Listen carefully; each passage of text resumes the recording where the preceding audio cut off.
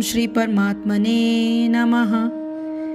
ये च एव सात्विकाः भावा राजसाः तामसा च ये मतः एव इति तान् विद्धि न तु अहं तेषु ते मयि। ये यानी जो, च यानी तथा, एवः निश्चय ही, सात्विकाः सतोगुणी, भावा भाव, राजसा रजोगुणी, तामसाः तमोगुणी, च यानी भी, ये जो, मतः मुझसे, एव निश्चय ही, इति इस प्रकार, तान उनको, विद्धि जानो, न यानी नहीं, तू लेकिन, अहम मैं, तेषु उनमें, ते वे, मई यानी मुझ में।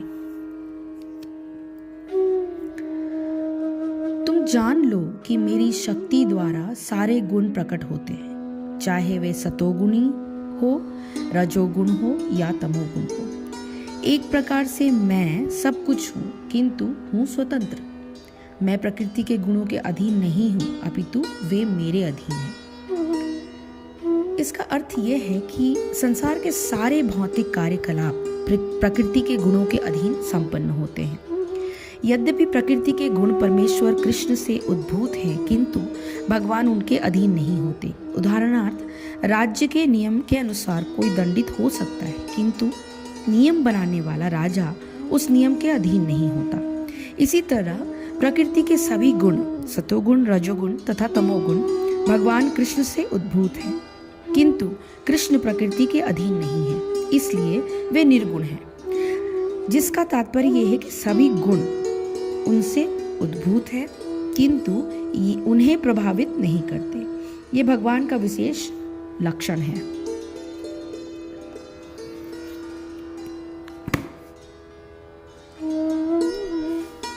जो सत्व गुण से उत्पन्न होने वाले भाव हैं और जो रजोगुण से तथा तमोगुण से होने वाले भाव हैं, उन सबको तू मेरे से ही होने वाले जान, परंतु वास्तव में उनमें मैं और वे मेरे में नहीं है।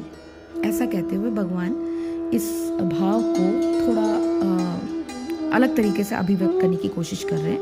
सब भावों में भगवान ही है और उनकी ही अभिव्यक्ति है।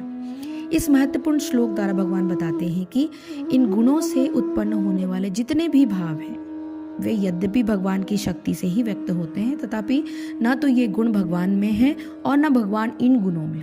इसे समझने के लिए एक उदाहरण लिया जाता है कि यदि किसी भी कार्यालय में जिसका कार्य होता है वो उस कार्यालय में लगे हुए बिजली के बल्बों के प्रकाश से ही होता है, उसी में रहकर इंसान कार्यालय में कार्य करता है।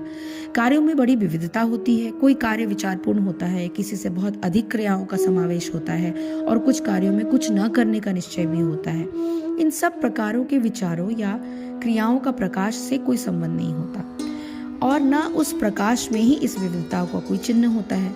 ये विविधताएं तो उस कार्यालय के विशेष नियमों और कार्यशैली के अंतर्गत होती हैं। इसी प्रकार यद्यपि सारी सृष्टि की विविधता प्रकृति के इन तीन गुणों द्वारा ही व्यक्त होती है, परंतु उसके पीछे कार्य करने वाली जो भगवान की शक्ति है, उनमें इन गुणों का कोई समावेश नहीं होता। तो यहाँ प्रश्न ये उठता है कि भगवान जब भगवान की शक्ति से ही उसकी प्रकृति परिचालित होती है, तो लोग भगवान को क्यों नहीं पहचानते?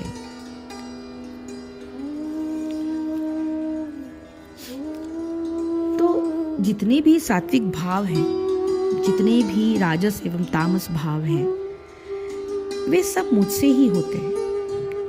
ऐसा ही जानना चाहिए, परंतु न तो उनमें मैं हूं और न वे मुझ में हैं। इस श्लोक को ठीक ठीक समझने पर मनुष्य अपना जीवन सार्थक बना सकता है, किंतु इसको समझने में भूल चूक हो जाने से मनुष्य महान अनर्थ का भागी बन सकता है।